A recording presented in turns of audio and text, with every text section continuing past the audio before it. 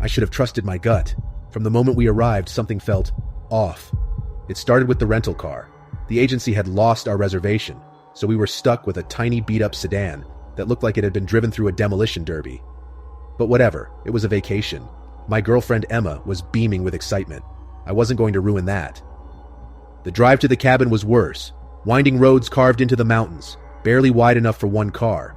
No guardrails, just jagged cliffs on one side and a plunging abyss on the other. Every turn felt like a gamble, and the GPS lost service miles ago. "Almost there," Emma had chirped, scrolling through her offline map. I gripped the wheel tighter and focused on the sliver of road ahead. When we finally pulled up, the cabin looked exactly like the photos. Quaint, secluded, surrounded by forest. But there was no cell service, no Wi-Fi, and the nearest neighbor was supposedly 2 miles away. Emma called it charming. I called it the opening scene of a horror movie. We unpacked, made dinner, and even laughed about the sketchy drive. By the time the sun set, I was starting to relax. That's when we noticed the car. "Is someone here?" Emma asked, peeking through the curtains. I joined her. At the end of the dirt driveway, barely visible in the moonlight, was a black SUV. Its headlights were off, and its windows were tinted. No one got out. It just sat there. "Maybe they're lost," I said, though I didn't believe it. We waited for what felt like an hour, but the SUV didn't budge. Finally, I decided to walk down and see what was going on. "Are you crazy?" Emma hissed, but I grabbed a flashlight and stepped outside. My heart was pounding as I approached. The SUV's engine was off, and there was no sound except the crunch of my footsteps on gravel. When I was about 10 feet away, I raised the flashlight and froze. The driver's seat was empty. So was the passenger seat. The entire car was empty. I backed away and sprinted to the cabin, slamming the door behind me. "It's empty," I panted. "No one's in it." Emma stared at me, wide-eyed. "So who drove it here?" We double-checked the locks and windows, then tried to sleep. Every little creak or rustle outside had me on edge. At some point, I must have dozed off, because the next thing I knew, Emma was shaking me awake. "Listen," she whispered. There was a noise outside, soft, rhythmic, like footsteps circling the cabin. I grabbed the flashlight and peered through the window. At first, I didn't see anything. Then, just at the edge of the forest, I caught movement. A figure darting between the trees. "We're leaving," I said, grabbing Emma's arm. We threw our bags into the car and sped down the dark, narrow road. I didn't care about the cliffs anymore. I just wanted to get out of there. But halfway down, Emma gasped. "The SUV," she said, pointing behind us. It was back, its headlights off, tailing us silently. I floored it, but the sedan wasn't built for speed. The SUV stayed right on our bumper, its engine growling like a predator toying with its prey. We hit a bend, and for a split second, I thought we'd lost them. Then the SUV's headlights flashed on, blinding us. It roared forward, and I swerved just in time to avoid being rammed off the road. We finally reached the main highway, and the SUV veered off, disappearing into the woods. My hands were shaking as I drove us to the nearest town. We found a cheap motel and locked ourselves inside until morning. When we reported it to the local police, they exchanged a glance. "You're not the first," the officer said. "We've had other tourists report similar incidents. Always an empty SUV, always in that area." We asked what it was about, but they just shrugged. "Probably kids messing around, but stay away from those roads." I didn't need to be told twice. We cut our trip short and drove home the next morning. I still don't know why I agreed to go camping with Paul. He had always been the adventurous one. Hiking, kayaking, all that. Me? I liked my weekends with air conditioning and Wi-Fi. But he kept saying this campsite was special. No crowds, just nature, he'd promised. And after weeks of him pestering, I caved. The drive out was fine. The forest was beautiful, the kind you see on postcards with towering pines and the smell of damp earth. When we pulled into the site, I had to admit it was perfect. No other cars, no noisy families, just us and the quiet. Paul set up camp like a pro. The tent, the fire pit, everything. I helped where I could, mostly just handing him things, but he didn't seem to mind. By the time the sun dipped behind the trees, we were sitting around a crackling fire, laughing and roasting marshmallows. It wasn't until later, when the fire burned low, that I started to notice the quiet. Not the peaceful kind of quiet. This was heavy, like the forest itself was holding its breath. "Do you hear that?" I asked. Paul looked up from poking the fire. "Hear what?" "Exactly. No crickets, no birds, nothing." He shrugged. "Probably just a lull. Animals do that sometimes." I nodded, trying to shake off the unease. But as the night wore on, The silence pressed down harder.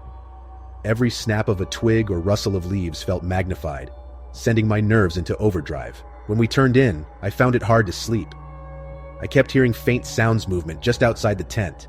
I told myself it was the wind, maybe a squirrel, but it didn't feel right. At one point, I nudged Paul awake. "Did you hear that?" He groaned. "Hear what? Go to sleep, man." But I couldn't. Around 3 a.m., I heard it clearly. Footsteps, slow and deliberate, circling the tent. My heart pounded as I strained to listen, barely daring to breathe. "Paul," I whispered. "Someone's out there." This time, he sat up. We both froze, listening. The footsteps stopped. "You're imagining things," he said, though his voice was quieter now. I didn't argue. I just lay there, eyes wide open, until the faint light of dawn crept through the tent. The next morning, I felt stupid for being so paranoid. We cooked breakfast, and Paul even teased me about my midnight monster. But as we packed up to leave, I noticed something strange. On the ground around the tent were footprints. Bare footprints. "Paul," I said, my voice shaking. "Look." He frowned, crouching to inspect them. "Probably just yours from last night." I shook my head. "I didn't take my shoes off, did you?" He didn't answer. He didn't have to. The prints were too large, the stride too long. We packed faster after that, barely speaking. Paul tried to laugh it off, but I could tell he was rattled too. We never talked about it again, and I haven't been camping since. I still think about those footprints, though. How they circled the tent, how they stopped, right where I'd been lying. The resort was perfect. Too perfect. It was tucked into a quiet valley, surrounded by forest, with a calm lake at its center. Carla and I had booked it for the kids, hoping to get some time to unwind. And for the first hour, it seemed like we'd hit the jackpot. The staff greeted us warmly, almost too warmly. Smiles that lingered just a beat too long. "We're so happy you're here," they said, again and again, as if rehearsed. At first, I chalked it up to good customer service. Maybe they were just trying a little too hard. When we went to the dining hall that evening, things felt strange. It wasn't the food, it was the people. The other guests sat in small groups, eating quietly, occasionally glancing at us. Not rude stares, just little looks, like we were the only ones worth noticing. Carla laughed it off, but I couldn't help noticing how their smiles didn't seem to match their eyes. By the second day, I noticed more. Staff members were everywhere, almost anticipating our every need. A towel appeared the moment Ethan complained he was cold. When I mentioned wanting coffee to Carla, someone walked over with a fresh cup without me even asking. I joked that they must have bugged our room. Carla didn't laugh. Later that afternoon, the kids played in the pool while we wandered. It was beautiful but eerily quiet. Every time we passed another guest, they greeted us with a polite smile and a nod, like they were acknowledging something unspoken. Carla whispered, "Do you think they're all locals?" I didn't have an answer. That evening, things escalated. We were playing cards in the room when there was a knock at the door. A man in a white uniform stood there, holding a basket of fruit. He smiled as if we'd been lifelong friends. "Compliments of the resort," he said, still smiling. He didn't leave until I said thank you, twice. After he left, Carla locked the door. "That was weird, right?" she asked. I nodded but didn't say anything. I didn't want to spook the kids. That night, I woke up to use the bathroom. When I passed the window, I froze. Someone was standing on the lawn below, looking up at our room. I couldn't make out their face, but they weren't moving, just standing there, perfectly still. When I got back into bed, I didn't tell Carla. The final straw came the next morning. We were at breakfast, and Ethan spilled his juice. Before we could react, 2 staff members appeared out of nowhere, smiling as they cleaned it up. One of them looked directly at me, her smile wide and unwavering. "Accidents happen," she said, like it was some kind of mantra. I felt my stomach twist. "We should leave," Carla said softly as we walked back to the room. I nodded. The place was beautiful, but something about it didn't feel real. It felt staged. As we packed, there was another knock at the door. This time it was the manager.